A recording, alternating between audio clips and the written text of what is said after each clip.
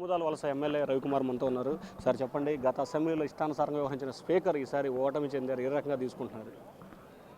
ప్రజలు ఓడించారు.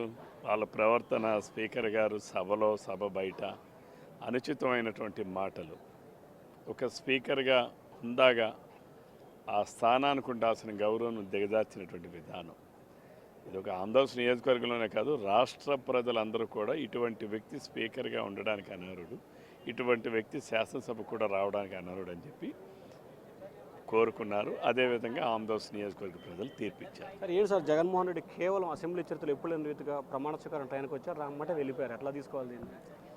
అది సభ యందు ఒక ముఖ్యమంత్రిగా 5 సంవత్సరాలు పనిచేసినటువంటి వ్యక్తి శాసనసభ యందు ఒక నిబద్ధత ఉండాలి, ఒక గౌరవం ఉండాలి. జగన్మోహన్ రెడ్డి గారికి ఏ వ్యవస్థ మీద గౌరవం లేదని గత ఆయన పరిపాలనలో రుజువైంది. రాజ్యాంగ వ్యవస్థలంటే గౌరవం లేదు, అలానే శాసనసభ అంటే గౌరవం లేదు. ఆనాడు శాసనసభ లోపల కూడా ఎలా ప్రవర్తించారు, వాళ్ళ శాసనసభ్యులు ఏ రకంగా మాట్లాడారు, ఏ రకంగా బూతులు మాట్లాడారు, వాటిని ఈయన చిరుమందహాసంతో ఎలా రెచ్చగొట్టారని ఇవన్నీ కూడా కళ్ళారా చూస్తాం. కాబట్టి జగన్మోహన్ రెడ్డి లాంటి వ్యక్తి ఆయన ప్రమాణ స్వీకారం చేసినంత వరకు ఉన్నాడు, వెళ్ళిపోయాడనంటే అది పెద్ద విచిత్రమైందేం కాదు. ఎందుకంటే ఆయనకి ఏ వ్యవస్థ మీద గౌరవం లేదు. సార్ ఫైనల్గా ఆయన ప్రధానంగా చూసుకుంటే నిన్న ఆ పార్టీ నేతలతో మాట్లాడుతూ కౌరవ సభలో మనకు న్యాయం జరుగుతున్న నమ్మకం లేదన్నారు. ఎట్లా తీసుకోవాలి? అంటే జగన్మోహన్ రెడ్డి ఎంత ఫ్రస్ట్రేషన్లో ఉన్నాడో అర్థమవుతుంది. సభనే ప్రారంభం కాల, ఇంక ఈరోజు శాసనసభ్యులు అందరం కూడా ప్రమాణ స్వీకారం చేస్తారు. ప్రభుత్వం వచ్చి ఏర్పడి 12వ తారీఖు నాడు ప్రభుత్వం ఏర్పడి అంటే ఇప్పటికి ఎన్ని రోజులైంది? 7 రోజులు 8 రోజులు అయింది.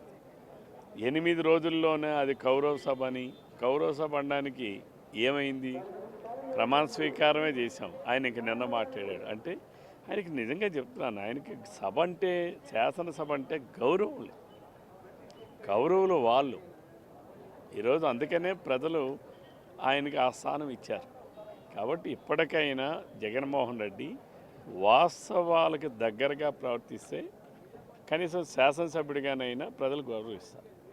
సో ఇది మొత్తం మీద చూసుకుంటే ఏదైతే గత స్పీకర్ వ్యవహరించిన తీరు కానీ, లేకపోతే తాజాగా జగన్మోహన్ రెడ్డి వ్యవహరించిన తీరు పూర్తి స్థాయిలో వివాదాస్పదంగా మారింది. దానికే రాష్ట్ర ప్రజలంతా ఆయన్ని ఘోరంగా ఓటమి చెందేందుకు కారకులయ్యారని చెప్పి కూడా కోన రవికుమార్ చెప్తున్నారు ఓటర్ స్టూడియో.